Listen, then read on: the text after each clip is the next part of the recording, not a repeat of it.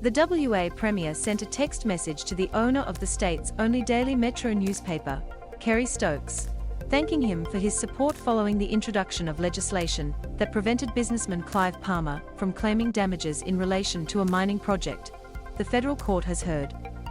Key points: Mr McGowan was cross-examined about a series of texts to Mr Stokes. Mr McGowan was cross-examined about a series of texts to Mr Stokes. They discussed legislation that blocked Mr Palmer's attempt to sue WA over a mining project. They discussed legislation that blocked Mr Palmer's attempt to sue WA over a mining project. Mr McGowan also thanked Mr Stokes for his support over front-page stories featuring Mr Palmer.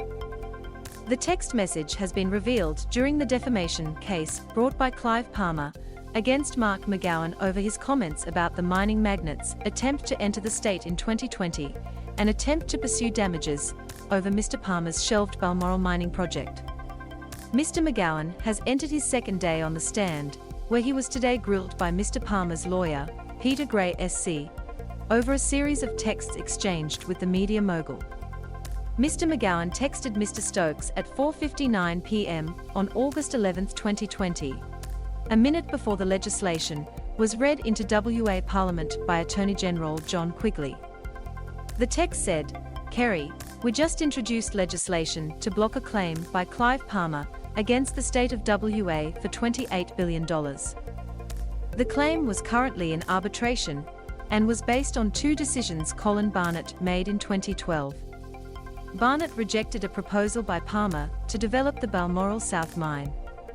He then tells Mr Stokes the risk is too great and he has decided to legislate. Obviously he and Mr Palmer won't be happy. I'll call to discuss."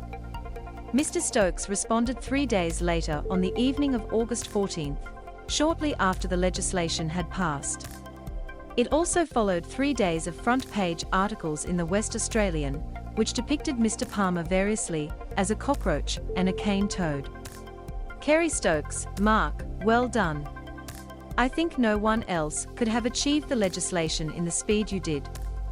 Reckon the insect heads should make a telethon sales item. People are with you. Kerry. Mr McGowan, thanks Kerry. I was asked about those marvelous front pages today, and I said, I think the West has gone a bit soft. I appreciate the support enormously. All the mealy-mouthed tut-tutting by some people about Palmer's rights makes me sick. Mark McGowan arriving at the federal court in Sydney to give evidence for a second day. Mr McGowan was asked what specifically made him sick. He said it was the fact it was a $30 billion claim, and went on to say he was also sickened by political commentary on Sky News programs that Mr Palmer's right to access $30 billion was more important than the rights of 2.7 million West Australians. Mr Gray put it to Mr McGowan that his dislike for Mr Palmer was so intense he couldn't stand him. I can't stand what he does, Mr McGowan said. Palmer described as big fat liar. The court has also heard from texts between the Premier and his Attorney General, Mr Quigley, around the time they were introducing the legislation to Parliament. Mr Gray suggested these communications revealed Mr McGowan's feelings about Mr Palmer. Mr Gray read texts in which Mr Quigley described Mr Palmer as the BFL, an acronym for Big Fat Liar. Mr McGowan responded, BFL, brilliant. John Quigley described Mr Palmer as a big fat liar in a text message to Mr McGowan. The Premier said this was a piece of humour with a colleague, and he thought it was a clever reference to Roald Dahl's Big Friendly Giant. Mr McGowan also said in a private text to Mr Quigley that Mr Palmer was the worst Australian who is not in jail, something he conceded in court he had exaggerated a bit. I suspect there are worse Australians out there that are not in jail, he said. Mr Quigley also texted Mr McGowan that he looked forward to dumping on in a statesmanlike way tomorrow. Power poll incident scrutinised. Earlier today, Mr Gray questioned why Mr McGowan had told the court on Monday he believed Mr Palmer's comments about him had inflamed people into action that included a person driving a car into a power pole near his Rockingham home. On Monday, Mr McGowan told the court Mr Palmer's comments created a band of angry people in the community who believe this kind of stuff, and they do crazy things in relation to me and my family.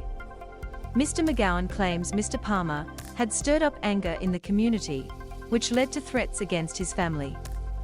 He said these also included threatening to his children, driving a fake armored vehicle past his electorate office, sending a package of powder to his wife, threatening to sniper attack his family and to hunt them down after I am out of office.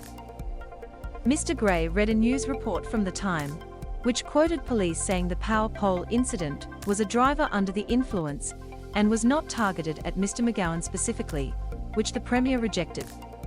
Enemy of the state comment sparked legal letter. Mr McGowan told the court, when his children went outside to assist the driver, she yelled anti-vaccination sentiments at them before running off. The court also heard Mr McGowan was sent a letter by Mr Palmer's lawyer on July 31st in which he was advised his description of the businessman as an enemy of the state were indefensible. Mr Gray described a social media campaign, which sprung up following the comments, calling on West Australians to cough at Clive Palmer. Days after receiving the letter, Mr McGowan went on to describe Mr Palmer, at press conferences, as Australia's greatest egomaniac, and an Olympic-scale narcissist and egocentrist of the highest order.